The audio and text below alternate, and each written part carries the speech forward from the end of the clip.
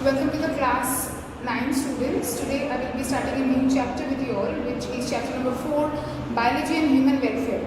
So the first topic that we are going to talk about in this chapter is the concept of immunity.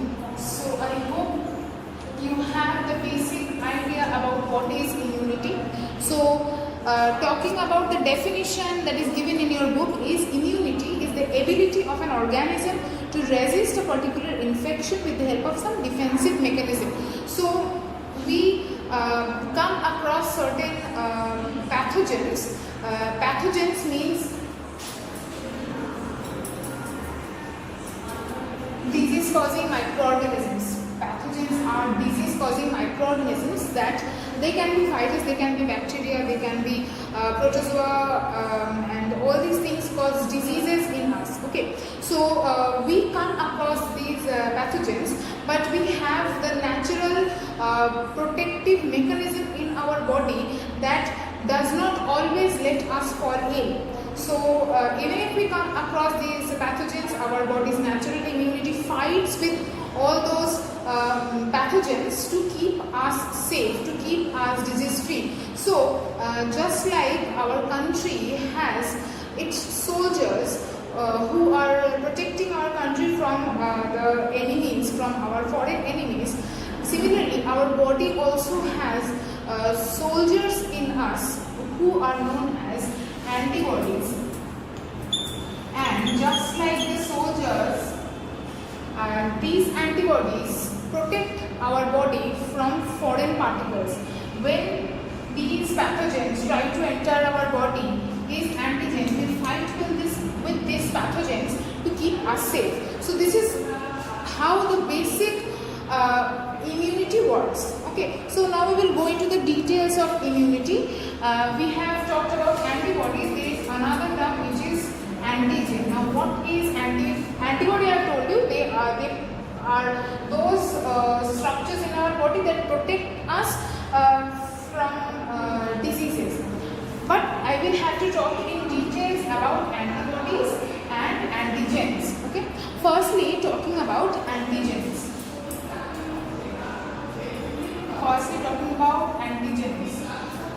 What are antigens? A component of pathogen or a product of it is usually known as antigen. It is a pathogen or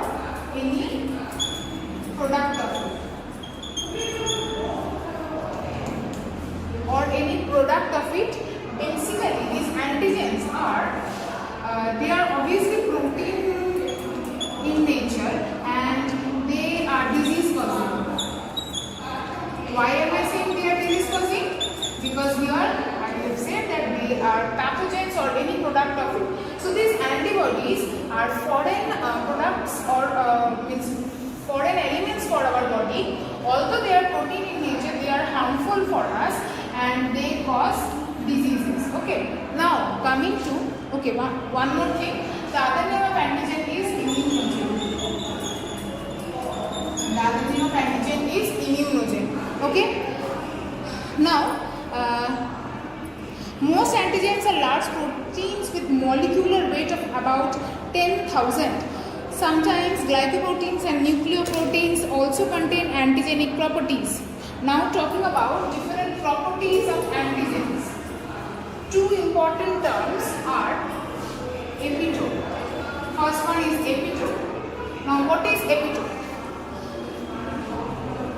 Large antigenic proteins may have several sites as antigenic determinants. Now suppose this is the antigen and antigen will be bound by an antibody. This is a structure of antibody.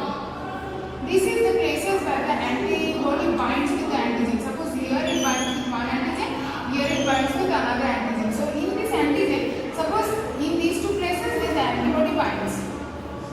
So these are the antigen determinant sites.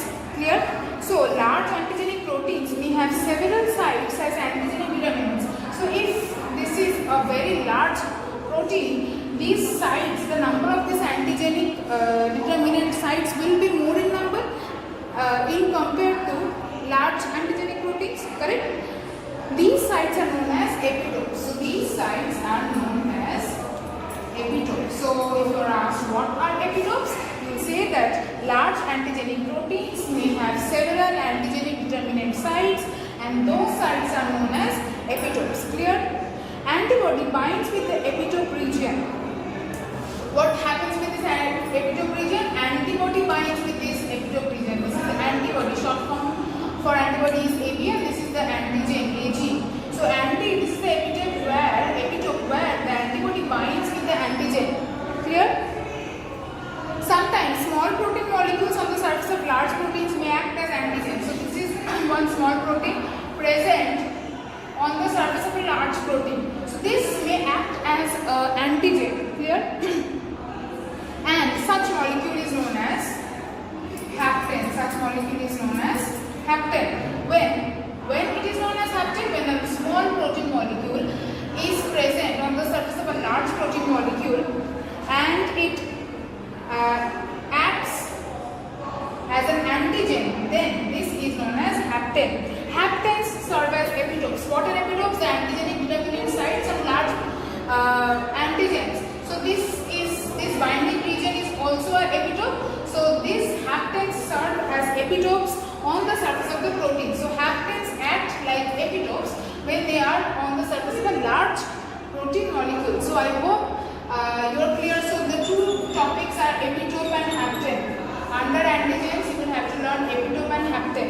I hope this is clear to you.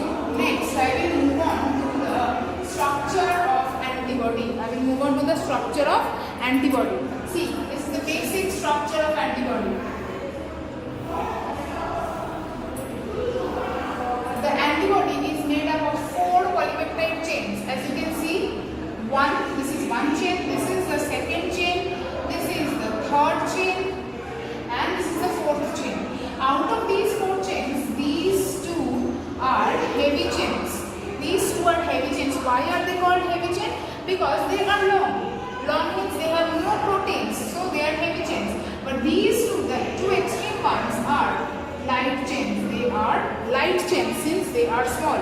So look at your book. Antibody is a protein that is produced in response to antigen. So antibodies are basically present in our body, but they are produced in more, or they are activated when antigens enter our body. So antigens basically act as a stimulant to or for these antibodies.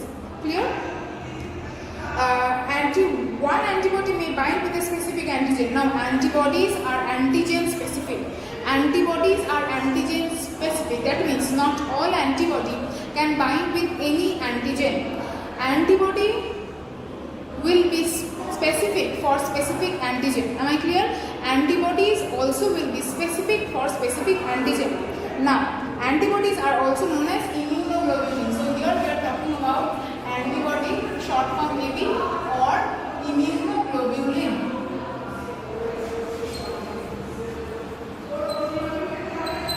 Okay? And the other name of antigen was immunogen. Okay? Now, antibody is a Y-shaped protein. You must have seen Y-shaped protein particle having 4 polypeptide chains. Of the 4 polypeptide chains, 2 are identical heavy and 2 are identical light chains. In each of the heavy and light chain, there is one variable and one constant region. Now, this portion of the antibody, only this portion here and this portion here, is the antigen binding site. Is the antigen binding site, means it will bind with the antigen only with these portions. That is why this portion is also, sorry, I am writing here, this portion is also, okay, let me grab it here. So this is the antigen binding site, this is the variable portion, and the rest portion of the antibody is a constant region. Why is it variable region? Because I have said that antibodies are antigen specific. That means depending on which type of antigen is present in the body, antibody will change their antigenic determinant sites. Antibody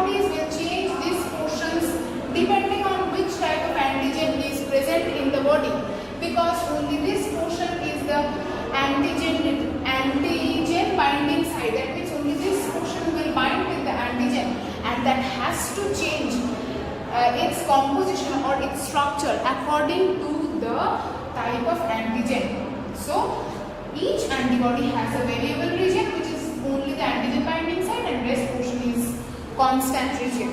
Okay. And one more thing is that these chains are bound together by disulfide bonds. These two chains by disulfide bond, and here are also disulfide bond, here are also disulfide bond. So the chains are bound together by disulfide bond. So this is the diagram of antibody. I hope you have understood till this much. I will again continue in the next video. Thank you.